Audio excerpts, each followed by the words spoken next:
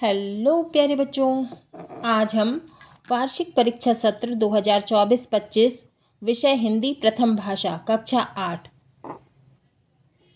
तो पेपर को हम सॉल्व करेंगे जो आपका 24 तारीख को हो चुका है ना। और आप लोग जो है क्वेश्चन का आंसर भी मिला लें।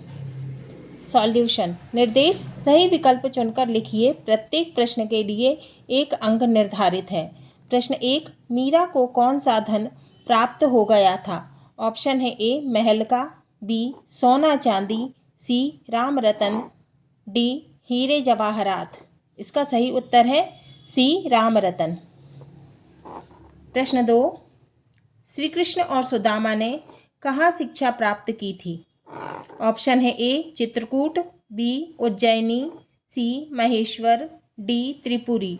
तो इसका सही उत्तर है बी उज्जैनी। प्रश्न 3, मुफ्त की चीज़ों का मज़ा लेने के लिए क्या होना पड़ता है? ऑप्शन ए संकोची, बी डरपोक, सी बहादुर और डी है निसंकोची। इसका सही उत्तर है डी निसंकोची। प्रश्न 4, अमांत शब्द का क्या अर्थ होता है? क्या अर्थ होगा, है ना? ऑप्शन ए है जिसका अंत ना हो।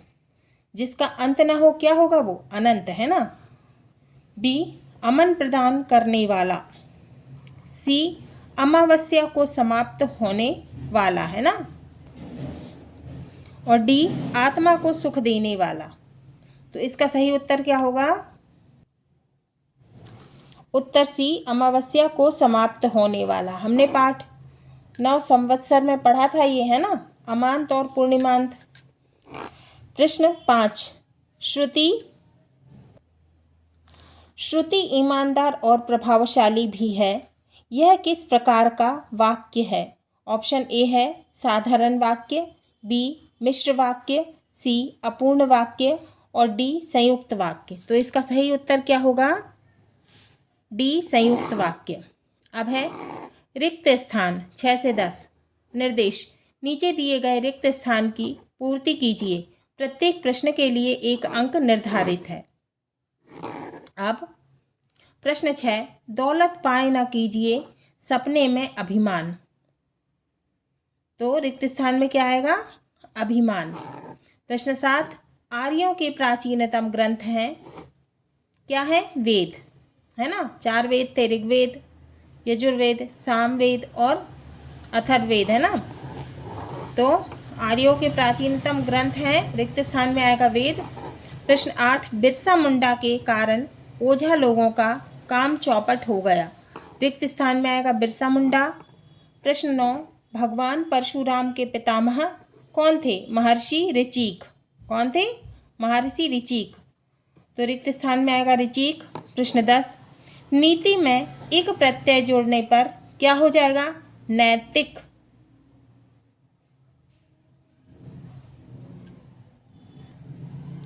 नैतिक शब्द बनेगा। तो रिक्त स्थान में क्या आएगा? नैतिक।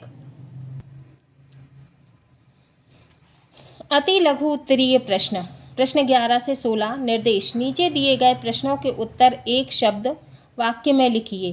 प्रत्येक प्रश्न के लिए 2 अंक निर्धारित हैं। प्रश्न 11, वरदे कविता में कवि किससे वरदान मांग रहे हैं? किससे मांग रहे थे? सरस्वती माता से, है ना। तो उत्तर है सरस्वती से। प्रश्न 12, महाराजा छत्रसाल किस क्षेत्र से संबंधित हैं? तो उत्तर है पन्ना। प्रश्न 13, लोकमान्य तिलक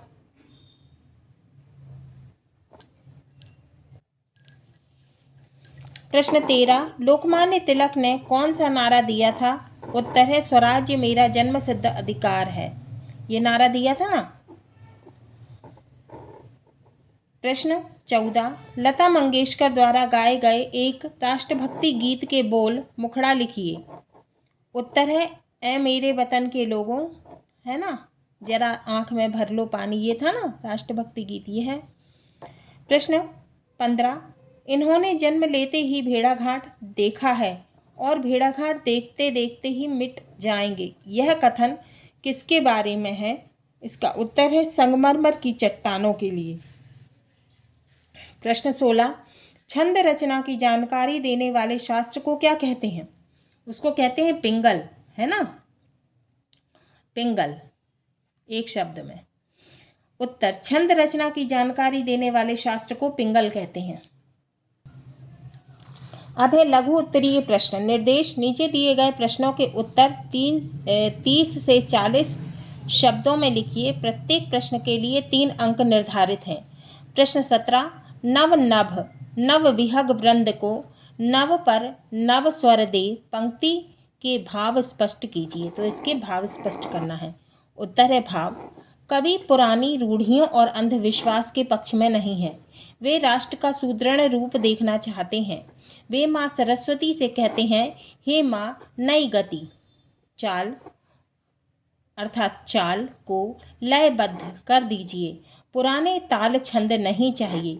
मनुष्य मात्र में नई चेतना का संचार हो। बादलों की तरह सशक्त, बुलंद और गंभीर स्वर दो।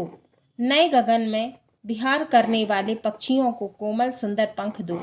ऐसी शक्ति भर दो कि हम नए स्वर से आपकी स्तुति कर सकें। प्रश्न 18, दक्षिण अफ्रीका में गोरे व्यापारियों को भारतीयों से ईर्ष्या क्यों होने लगी थी? उत्तर, दक्षिण अफ्रीका में बसे भारतीय अपने परिश्रम से अनाज, फल, सब्जी आदि की अच्छी खेती करते और सस्ते दामों में उन्हें बेचते थे। इससे उन्हें लाभ होता था। गोरे व्यापारियों को इसीलिए भारतीयों से ईर्ष्या होने लगी। ईर्ष्या माने जलन की भावना। प्रश्न 19, मध्य प्रदेश का वन विभाग प्रतिवर्ष किस क्षेत्र में पुरस्कार देता है? उत्तर, मध्य प्रदेश का वन विभाग प्रतिवर्ष वन संवर्धन एवं वन रक्षा के क्षेत्र में उल्लेखनीय कार्य करने वाली ग्राम पंचायत अथवा संस्था को शहीद अमृता देवी विश्नोई पुरस्कार और 1 लाख रुपए का नगद पुरस्कार करता है। ऐसे 2 व्यक्तिगत पुरस्कार भी प्रदान किए जाते हैं। तो क्या है? 2 व्यक्तिगत पुरस्कार भी प्रदान किए जाते हैं। प्रश्न 20, शिक्षा का उपयोग किसके लिए होना चाहिए? उत्तर, शिक्षा का उपयोग व्यक्ति के सर्वांगीण विकास, समाज में सकारात्मक परिवर्तन और ज्ञान के प्रसार के लिए होना चाहिए।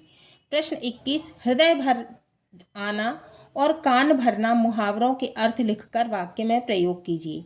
उत्तर है हृदय भर आना। इसका क्या मतलब है? अत्यधिक भावुक हो जाना। तो आप लोगों ने इसके वाक्य बनाए ही होंगे, है ना? मैंने बनाया है वाक्य, मीरा की कहानी सुनकर मेरा हृदय भर आया। कान भरना, इसका मतलब होता है किसी के खिलाफ गलत बातें करना या चुगली करना भी हो सकता है ना। अब है प्रश्न 22, मित्र को नई साइकिल प्राप्त होने की बधाई देते हुए एक पत्र लिखो। आपने लिख ही दिया होगा, है ना।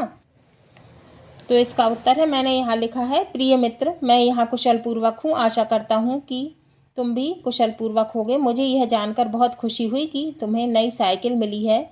यह तुम्हारे लिए बहुत ही रोमांचक की बात है। मैं तुम्हारी खुशी में शामिल हूँ। नई साइकिल के साथ तुम्हें बहुत शुभकामनाएं। तुम्हारा मित्र, है ना। अपना नाम लिखना है। दीर्घ उत्तरीय प्रश्न 70 से 80 शब्दों में लिखना है ना। 5 अंक का है ये। अब संदर्भ प्रसंग सहित व्याख्या करना है। प्रश्न 23, अपने भी विमुख पराये बन आँखों के सम्मुख आएंगे, पग पग पर घोर निराशा के काले बादल छा जाएंगे। उत्तर, संदर्भ प्रस्तुत पद्यांश पाठ्य पुस्तक के पथिक से नामक शीर्षक से लिया गया है। इसके रचयिता कवि डॉक्टर शिवमंगल सिंह सुमन है।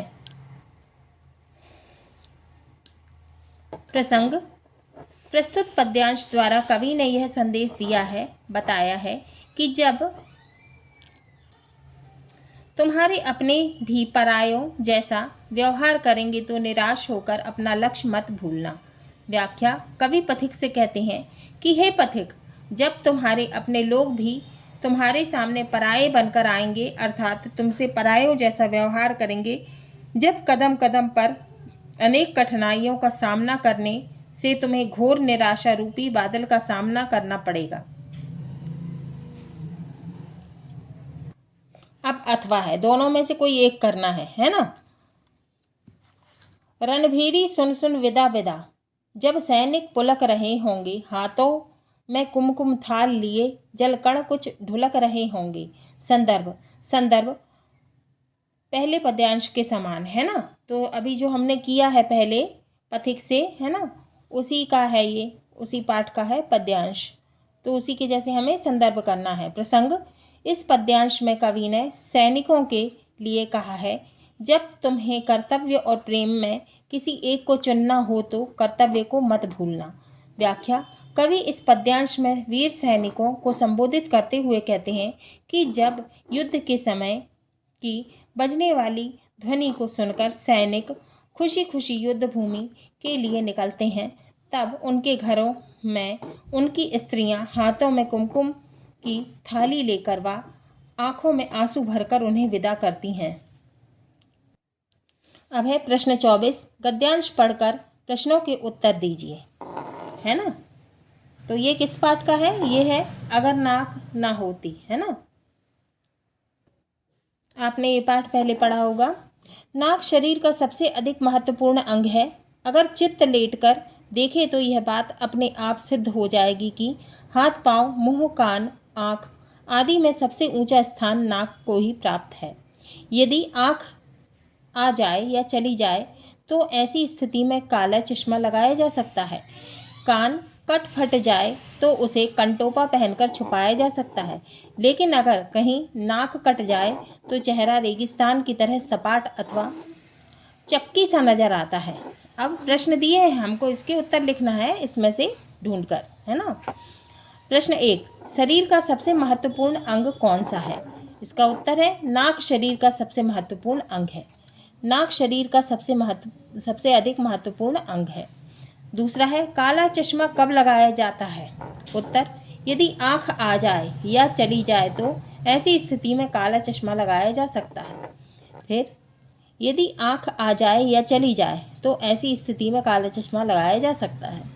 अब है तीसरा, कंटोपा पहनकर क्या छिपाया जा सकता है? उत्तर, कान कट फट जाए तो उसे कंटोपा पहनकर छुपाया जा सकता है ना। कान कट फट जाए तो उसे कंटोपा पहनकर छुपाया जा सकता है। चौथा है शरीर के अंगों में सबसे ऊंचा स्थान किसको प्राप्त है? तो उत्तर है शरीर में सबसे ऊंचा स्थान नाक को प्राप्त है ना। अब है पांचवा, चेहरा सपाट रेगिस्तान की तरह कब दिखाई देता है? उत्तर, अगर कहीं नाक कट जाए तो चेहरा रेगिस्तान की तरह लगने लगता है। अगर कहीं नाक कट जाए तो चेहरा रेगिस्तान की तरह सपाट अथवा चक्की सा नजर आएगा, है ना। अब है प्रश्न 26, किसी एक विषय पर निबंध लिखिए। निबंध लिखना है किसी एक विषय पर। पहला, विद्यार्थी और अनुशासन। दूसरा, मोबाइल फ़ोन से लाभ हानि, है ना। ये दोनों में से कोई एक निबंध लिखना है। हाँ तो बच्चों, पेपर बहुत अच्छा आया था। आप सबका बहुत अच्छा गया होगा, है ना पेपर। तो हमारा ये प्रश्न पत्र जो है सॉल्व हुआ।